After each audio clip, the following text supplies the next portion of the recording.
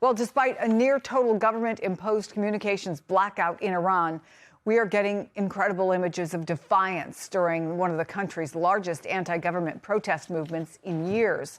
There were so many protesters over the weekend, it's actually hard to see where the crowds begin or where they end. Tens of thousands of people holding up lit cell phones, chanting for the fall of the regime. The government crackdown on the protests has been brutal, according to human rights activists in Iran. Some 10,600 people have been arrested so far. The AP is reporting that at least 599 people have died in these protests. MS Now has not independently verified those numbers, but video, including this one obtained by Sky News, shows rows of body bags laying near morgues in Tehran. A human rights center in Iran told the Washington Post that, quote, a massacre is unfolding, and witnesses have reported that hospitals were overwhelmed, blood supplies are critically low, and bodies are being piled up. Joining us now is John Gambrell, the Associated Press's Gulf and Iran news director. Jason Rezaian is Washington Post global opinions writer and former Tehran bureau chief. Saturday marked 10 years since Jason was freed from an Iranian prison after spending 544 days in captivity on bogus charges of espionage.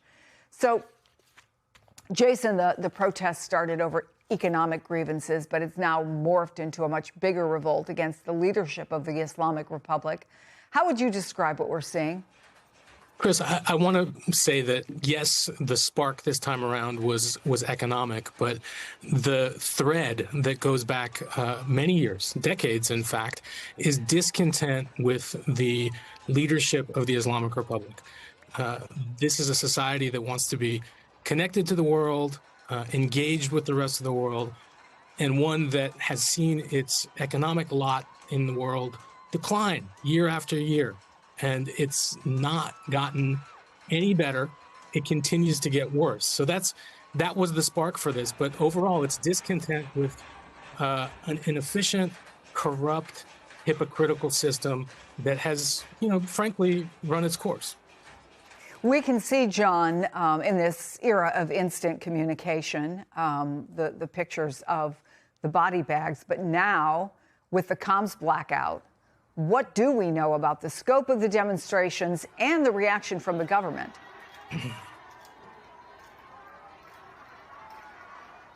John, can you hear me, John? Yes. Yes, I can. Go ahead. What do we know about the scope of what we're seeing here, given the comms blackout? Yeah, it's really difficult right now to try to understand what's happening in Iran because the telephone lines and the internet has been cut since Thursday. So what has come out has basically come out from Starlink satellite receivers that are in the country. Activists are using those to get out a couple of seconds at a time of video. And the videos that we have seen come out, especially from those protests on Thursday, are dramatic. Large crowds, especially in Tehran. Those crowds continued into the weekend. We also saw demonstrations in Mashhad, which is Iran's second largest city. And all of this together really suggests that there was a strong anger against the government, in part over the collapse of the economy, the national real currency, but then also it started to turn against the government itself, the theocracy. We heard calls, chants against Ayatollah Ali Khamenei and others calling for a desire for some sort of new government there. Now, today, what we did see is tens of thousands of people entered the streets in counter pro-government protests, state television showing them all over the streets everywhere, trying to signal that the government has control back in the situation. But there's a lot of anger that's still simmering under the surface there, and the death toll just continues to rise. Over 500 people are dead, according to activists who warn that death toll is going to rise even further. John Gambrell, thank you for that. Look, Jason, we've seen the Iranian regime survive other mass uprisings, I think most notably in 2022 after the death of Mahsa Amini. But do you think Iran's leaders have certain lessons that they learned? Talk to us about the mindset there and what they might be willing to do. Well, they've never shown a willingness to make concessions to the demands of the Iranian people. They've always shown a preference towards overwhelming force to put down protests. And that's worked in the short term. It can take people off the streets, but it doesn't solve the underlying problems.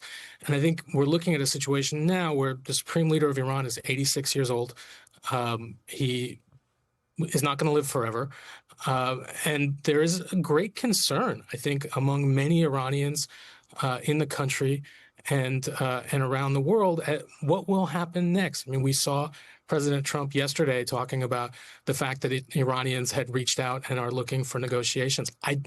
As someone who has been actively open about my support for engagement with all countries around the world, I think engaging with the system right now in a way that would prolong its stranglehold on the society would be a strategic mistake for the United States. So, I think that there aren't a lot of good options. And as John pointed out, the internet and communications blackout is so stifling for the conversation and for the ability for protesters to organize in the country, but also to get news out. And I think, based on our journalistic standards, we can't opine or guess about what's happening.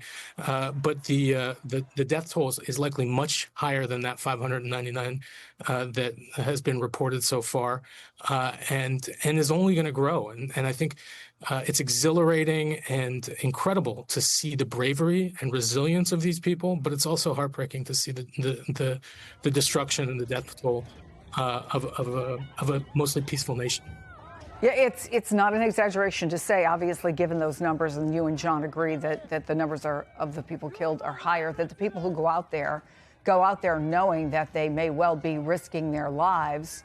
I guess the ongoing question is, given the comms breakdown, is there anyone to lead and continue this resistance? I know that there are people who have put themselves out there. The son of the Shah, Reza Pahlavi, has said, he'll be going there, that he believes, and he does have some supporters. But how do you see this going forward? Can it go forward?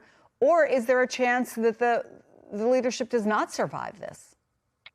Look, I think that the chance of the leadership of Iran surviving indefinitely is low. Can they sustain the current protest? Perhaps, and probably, because their supporters are heavily armed and still have control of most of the levers of power. But there isn't going to be an extinguishing of these sentiments. They've had a very strong track record of snuffing out opposition and making it difficult for people to organize. And yet that hasn't stopped what we're seeing right now. So I think that, the idea that they could put an end to this and limp along in the short term is possible. But ultimately, Iranian people have been making it clearer and clearer year after year that they don't want this sort of leadership anymore. And I think that the future leadership of Iran is inside that country. And, I rather than opining about, people who are supporting these protests from afar, I want to elevate the voices of the people inside Iran and try to understand better how the outside world might be able to help them. Jason Rezaian, I'm sure we'll be talking in the coming weeks, but thank you so much for being with us today. We really appreciate it.